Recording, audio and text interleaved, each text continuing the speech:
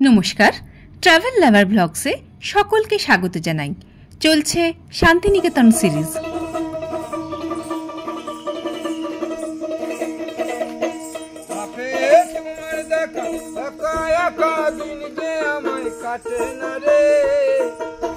ভেঙে মোর ঘরের চাবি নিয়ে যাবি কে আমারে, ও বন্ধু আমার, ও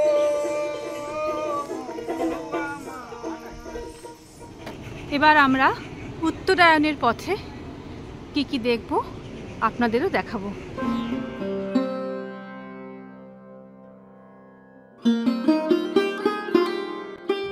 আগের ভিডিওতে বিশ্বভারতীর প্রতিটি কোনায় কোনায় ঘুরে আপনাদের সেই ছবি দেখিয়েছি। তবে কোভিড পরবর্তীকালে বেশিরভাগ জায়গাতেই ভিতর পর্যন্ত যাওয়ার অধিকার নেই।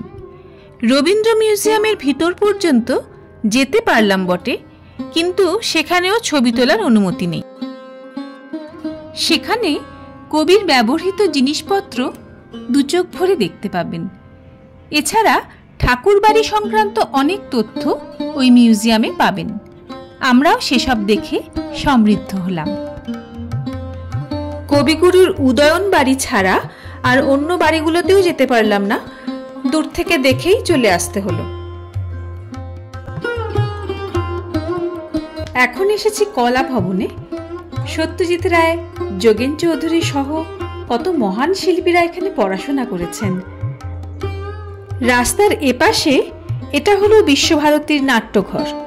আগে বাইরে অনুষ্ঠান হতো, এখন ভিতরেই হয়।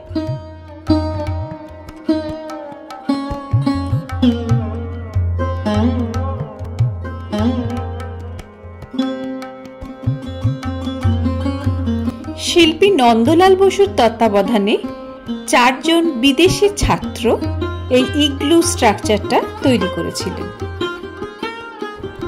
কলা ভবনের এই চত্বরের মধ্যেও ঢুকতে দেওয়া হয় না, তবে নন্দলাল বসুর জন্মদিনের সময় এখানে 2 দিন ধরে মেলা বসে, সে সময় অনেকেই ঢুকতে পারেন। এটি একটি সাঁওতাল পরিবারের প্রতিমূর্তি। শিল্পী রামকিঙ্কর বেজের অপূর্ব শিল্পকলার নিদর্শন এটি। শুধুমাত্র নুড়ি পাথরের সাথে মশলা মেখে একটু দূর থেকে ছুঁড়ে ছুঁড়ে তৈরি করেছেন এই মূর্তিটি, কোনো রকম স্পর্শ ছাড়াই। আর এই হলুদ বাড়িটি হলো মালঞ্চ বাড়ি। রবীন্দ্রনাথের ছোট মেয়ে মীরা দেবী এই বাড়িতে বাস করতেন। সিকিউরিটি গার্ডের পারমিশন নিয়েই আমি একটু ভেতরে ঢুকলাম। উনি পারমিশন দিলেন। এটা হলো কলা ভবনের ভেতরের বাড়ি। আসল বাড়ি যেটা আগে ছিল সেই বাড়িটাই এখানে রক্ষিত আছে। অ্যাকচুয়ালি সবই তো আমাদের বাইরে থেকে দেখতে হচ্ছে। বাইরে থেকে দেখে দেখে এত সুন্দর জায়গার ঠিক পরিতৃপ্তি হচ্ছে না। সেই যে ডান্ডি অভিযানের যে ছবি আমরা দেখি গান্ধীজির, সেই ছবি দেখতে পাচ্ছি, সেই স্কাল্পচার।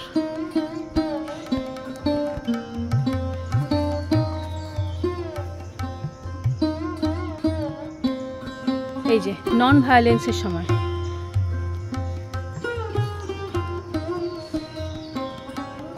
অপূর্ব। রামকিঙ্কর বেজ করেছেন এটা, এখানে খোদাই করা আছে ওনার নাম।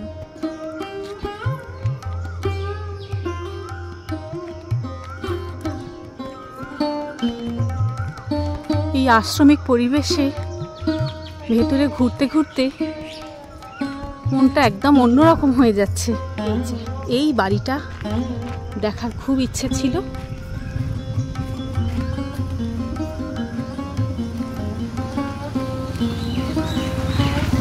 মাটির বাড়ি, এটাই কলা ভবনের আসল বাড়ি। এদিকে আরেকটা কি মূর্তি আছে দেখতে পাচ্ছি, একবার দেখে নি। বুদ্ধ মূর্তি।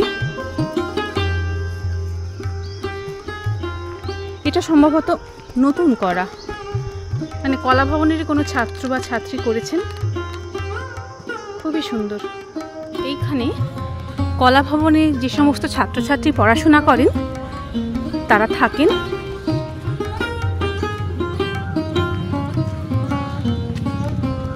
এগুলো তাদেরই হাতের কাজ। এই যে কলা ভবন প্রাঙ্গণ, সুন্দর হাতের কাজ করেছেন। বাড়িগুলোর দেয়াল জুড়ে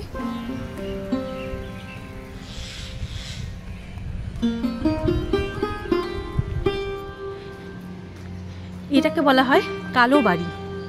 এই যে কালো দেয়ালের ওপরে সাদা রং দিয়ে কি অপূর্ব কাজ করেছেন দেখুন। বিখ্যাত রবীন্দ্রসঙ্গীত শিল্পী শান্তিদেব ঘোষের বাড়ি এটি, বসত বাড়ি। পরিবার এখনো এখানে বাস করেন। 1930 সালে এই বাড়িটি তৈরি হয়েছিল। এটা হলো নন্দলাল বসুর বাড়ি। এই বাইরে থেকেই দেখে যাচ্ছি। এই যে নন্দ, এখানেও নন্দ লেখা রয়েছে। নন্দলাল বসুর সেই বিখ্যাত প্রতীচি বাড়ি, নোবেল লরিয়েট অমর্ত্য সেনের বাড়ি। এই যে এই বাড়ি নিয়ে একটু ডিসপিউটও ছিল বিশ্বভারতীর সঙ্গে, আমরা জানি সবাই সে কথা। সেজন্য রাজ্য সরকার থেকে এই পুলিশ ছাউনির একটা ব্যবস্থা করা হয়েছে। দেখাতে পারছি না, এই যে পুলিশ একটা টেন্ট করা হয়েছে, এই যে দেখা যাচ্ছে। এই টেন্টটা করা হয়েছে পুলিশের নিরাপত্তা দেওয়ার জন্য। এই সেই বাড়ি, অমর্ত্য সেনের বাবার। এটা হলো অমর্ত্য সেনের এগ্রিকালচার ডিপার্টমেন্টের অফিস, কৃষি অর্থনৈতিক গবেষণা কেন্দ্র। এটা কি ওনারই নাকি এটা বিশ্বভারতীর? বিশ্বভারতীর জায়গা এটা। আচ্ছা, এটি শিক্ষা ভবনের দিকে যাচ্ছি। এটা সায়েন্স ডিপার্টমেন্ট।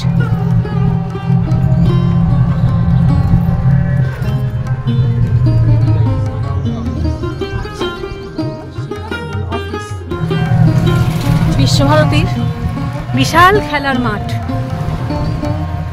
বিভিন্ন রকম খেলাধুলার আয়োজন রয়েছে এখানে। শিক্ষার সঙ্গে শরীর চর্চার যে অঙ্গাঙ্গী যোগ, সেটা এখানে রীতিমতো ফলো করা হয়। আমরা এখন এসেছি সৃজনী শিল্পগ্রামে। টেরাকোটার কাজ করা গেটটা বেশ সুন্দর লাগছে। এই যে এখানের প্রবেশ মূল্যটা একটু দেখে নিন। সারা বছরই এখানে বিভিন্ন সাংস্কৃতিক অনুষ্ঠান চলতে থাকে। চলুন একটু ঘুরে দেখি জায়গাটা। চারিদিকটাই বেশ সুন্দর করে সাজানো।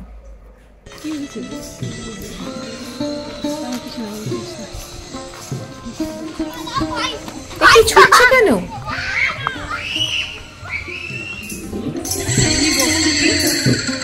বহু ঐতিহ্যকে উনি আজও বাঁচিয়ে রেখেছেন। উনি কমল মেটে।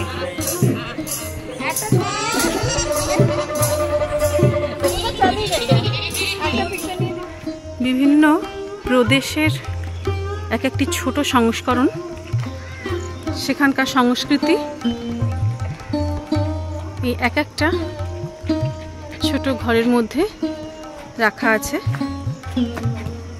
এটা যেমন মণিপুরের একটা ছোট সংস্করণ। ব্যবহার্য জিনিসপত্র, মণিপুরি নাচ,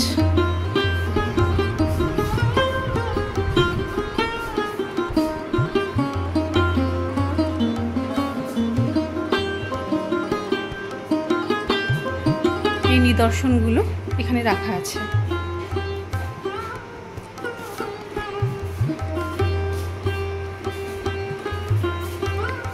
মণিপুরি নৃত্যের বিশেষ পোশাক এখানে আছে। অসমের কি নিদর্শন আছে দেখি। ঢুকেই প্রথমে দেখতে পাচ্ছি তাঁতশাল।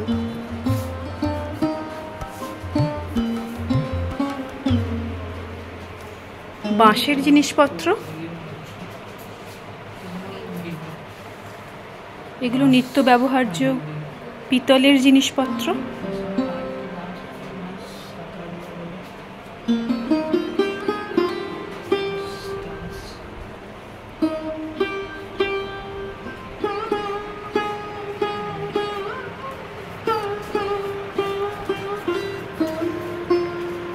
অসমীয়া নৃত্যশৈলীর ছবি রয়েছে, বাদ্যযন্ত্র,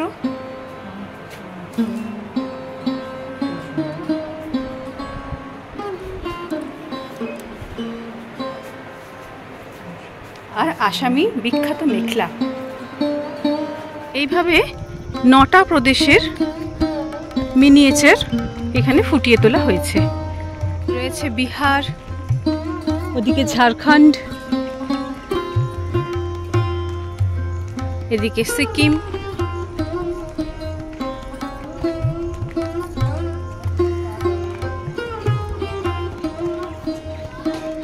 ওদিকে আন্দামান ছিল,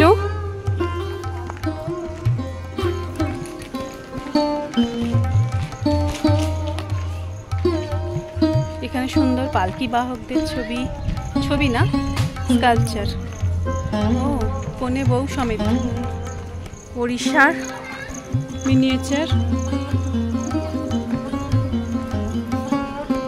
আর পশ্চিমবঙ্গ এখানে।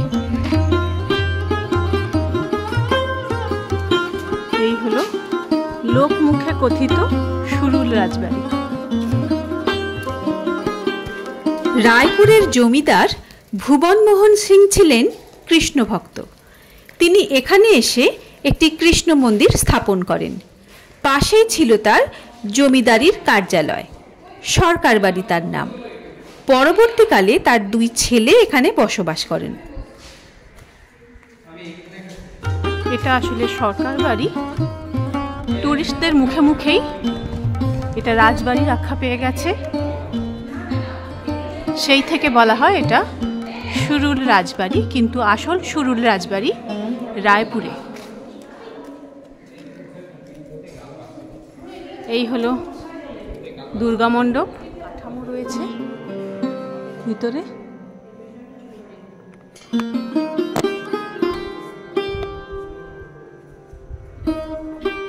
এই হলো নাট মন্দির। এটা রাজবাড়ি সংলগ্ন কৃষ্ণ মন্দির।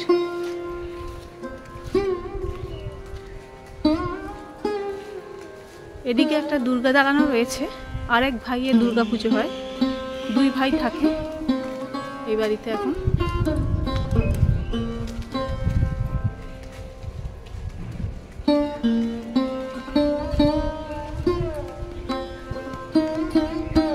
এই মন্দির বন্ধ আছে এখন,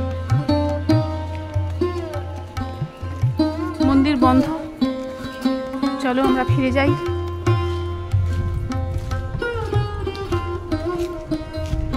এখানে গেট খোলা আছে কি একবার দেখি তো। ও, আউটসাইডার্স আর নট অ্যালাউড। এসেছি এখন আমার কুটিরে। আগে মিউজিয়ামে ঢুকবো, তারপর এখানে এদের এখানে শোরুম রয়েছে সেটা দেখবো। আর এই যে এটা হলো মিউজিয়াম। জুতো খুলে ঢুকতে হবে।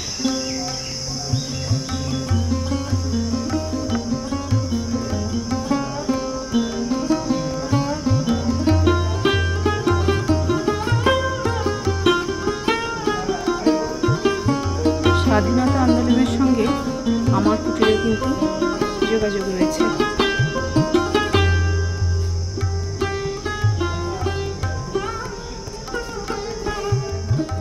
আমরা লাঞ্চ করতে এসেছি এখন বনবিথি হেসেল ঘর। সকাল থেকে দুপুর পর্যন্ত ঘুরে ঘুরে এবার আমরা এসেছি খেতে। দেখা যাক এখানকার খাবার কোয়ালিটি কীরকম। অ্যাম্বিয়েন্সটা তো ভালোই লাগছে।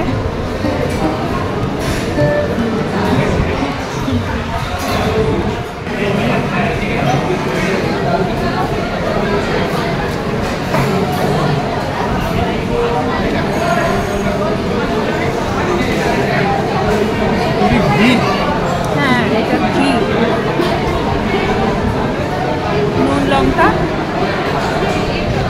এটা জল আছে। এসে গেছে এদের থালি। ভেজ থালিতে আছে শাক ভাজা, পটল ভাজা, এখানে ডাল আছে, আলু পোস্ত, এটা বোধহয় ধোকার তরকারি হবে। ওই একই মেনু, এবার মাছ মাংস যা নেওয়া হবে সেটা আসছে। কাঁসার থালা, কাঁসার বাটি তো এখানকার একটা সিগনেচার, সব জায়গাতেই দেওয়া হয়। কাঁসার থালা এবং বাটিতে করে বেশ সুন্দর করে সাজিয়ে গুছিয়ে পরিবেশন করা হয়েছে। আগের দিন মাছ মাংস দুই খাওয়া হয়েছিল, তাই আজকে আমরা হাঁসের ডিমের কষা খেতে। এর সঙ্গে আছে চাটনি, পায়েস। কালকে আমরা পায়েস খাইনি, কালকে আমরা আইসক্রিম পেয়েছিলাম, আজকে পায়েস। খেয়ে দিয়ে আবার বেরিয়ে পড়লাম। চলুন বাকি জায়গাগুলো ঘুরে দেখি।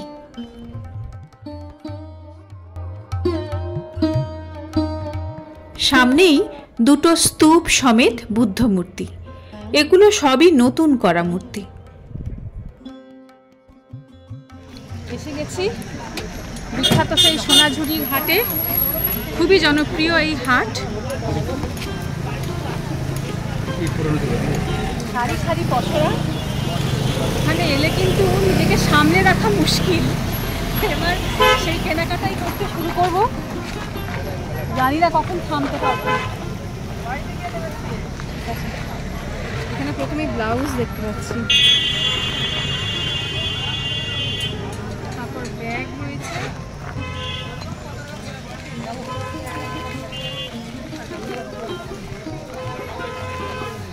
ওই দূরে পর্যন্ত, অনেক দূর। ঠিক আছে, ঘুরে ঘুরে দেখি। এই যে আমরা মা ছেলে দুইজনে নেমে পড়েছি সোনাঝুরি হাটে।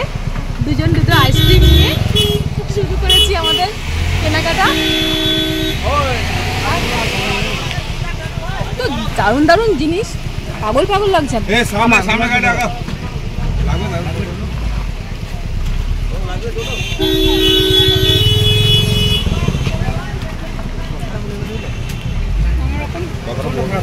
হার, কানের দুল, প্রচুর হার রয়েছে এখানে। কোনটা ছেড়ে কোনটা নেব?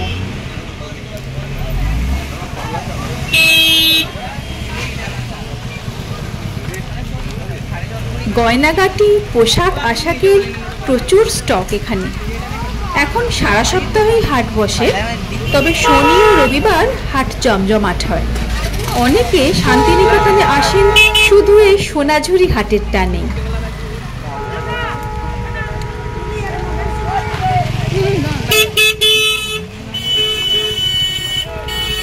হাটের মধ্যে গাড়ি, টোটো এই সমস্ত ঢোকার জন্য ভারী অসুবিধা হচ্ছে। সোনাঝুরি হাটের ভেতর দিকে যাচ্ছি, একবার পুরো হাটটা ঘুরে দেখে আসি, তারপর কেনাকাটার দিকে নজর দেব।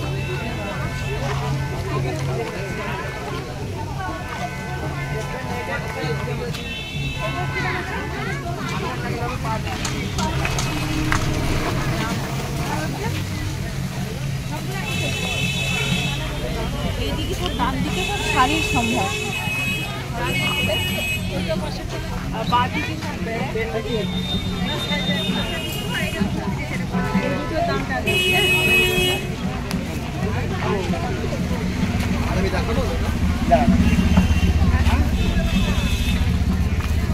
জানি না কতক্ষণ থাকতে পারবো। এদিকে আবার ফোন এসে গেছে, তারা দিচ্ছে।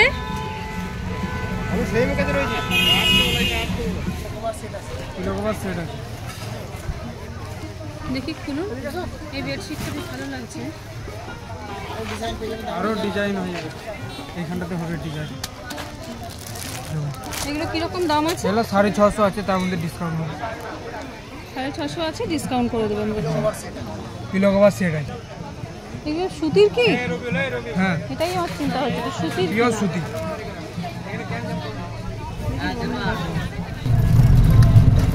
হাট থেকে বেরিয়ে এবার আমরা আদিবাসী গ্রামের পথে। কি গ্রামটার নাম কি? আদিবাসী গ্রাম বলা হয়। এটাকে বনপুকুর ডাঙ্গা বলে। দীর্ঘদিন ধরেই বিভিন্ন বাংলা সিনেমা ও সিরিয়ালের শুটিং হয়েছে এখানে। এই বাড়িটাতেই ওই যে স্ত্রী কুটুম সিরিয়ালে শুটিং হয়েছিল।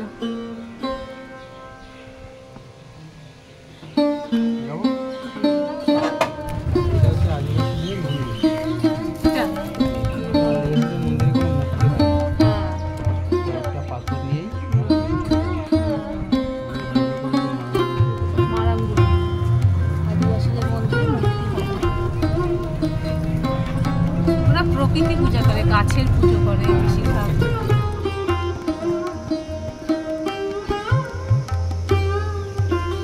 আমরাও এই প্রকৃতির মধ্যে ঘুরতে ঘুরতেই খেয়াল করলাম রোদ উঠে গেছে মাথার উপরে, গরমও লাগছে খুব। তাই হোটেলে ফিরে গিয়ে একটু বিশ্রাম নিয়ে বিকেলে আবার বেরোবো, সাথে নেব আপনাদেরও। আজকের ভিডিওটা ভালো লাগলে লাইক শেয়ার করে দেবেন, আর চ্যানেলটা সাবস্ক্রাইব করে পাশে থাকা বেল আইকনটা ক্লিক করে দেবেন। সঙ্গে থাকুন, দেখতে থাকুন ট্রাভেল লাভার ব্লগস।